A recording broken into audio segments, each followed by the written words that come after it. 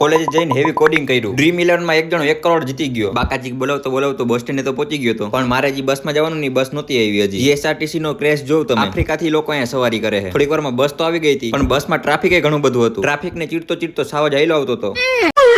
7:48 બસ runway ઉપર દોડવા તૈયાર થઈ ગઈ હતી. થોડાક દી હું બહાર ગયો તો મારું પ્લેન હાવ ખરાબ થઈ ગયું. હવે મારે કલર કામે કરાવવું જોઈએ. તમને ખબર તો છે ટિકિટ તો કોઈ દી મારે દેવી ના પડે. મારી પાસેથી રૂપિયા જ ના લે. મારી મુલાકાત થઈ ભવિષ્યના કરોડપતિ યારે. ઈ 25 રૂપિયાની ટીમ બનાવી અને 32 કરોડ જીતવાનું સપનું ધરાવે છે. એની ટીમ જોઈને મને ચક્કર આવી ગયા. ફાઇનલી 8 વાગે કોલેજે તો હું પહોંચી ગયો હતો. તમારી પદ્મા નોબેલમાં ભણે છે? हमारी पद्मा तो क्या हो बुरा लगता है भाई, आप लोग भी जानते ન્યા જઈને હું ડાયરેક્ટ બેસી ગયો કોડિંગ કરવા. કોડિંગ એ પાછું જેવું તેવું નહીં, હેવી કોડિંગ. આની કોડિંગ કરીને લોગિન પેજ બનાવી નાખ્યું, પણ મેં થોડીક સેકન્ડોમાં વેબસાઇટ બનાવી નાખી. હજી વેબસાઇટ બનાવી નથી ત્યાં જ પેમેન્ટ આવી ગયું. મારે પેમેન્ટ ઇન્ડિયન રૂપીસમાં લીધું, કેમ કે ડોલરમાં હું ભરોસો નથી કરતો. આટલું કોડિંગ કર્યું કે બપોર પડી ગઈ હતી, એટલે હવે ડાયરેક્ટ ઘરે ભાગવાનું. સાંજના 8 વાગે અહીંયા 500 રૂપિયાની લેવડ દેવડ હાલતી હતી. આ બે શરત મારી હતી, આ શરત હારી ગયો. સાંજના 8 વાગ્યાનું રિઝલ્ટ આવી ગયું. ખોટું ટેન્શન લેવાનું નહીં એક્ઝામમાં, ભગવાનને ભજવા. જોયું તો એ પાસ થઈ ગયો હતો. એને વિશ્વાસ નહોતો કે હું પાસ થઈ જાય, પણ છેલ્લે પાસ થઈ ગયો.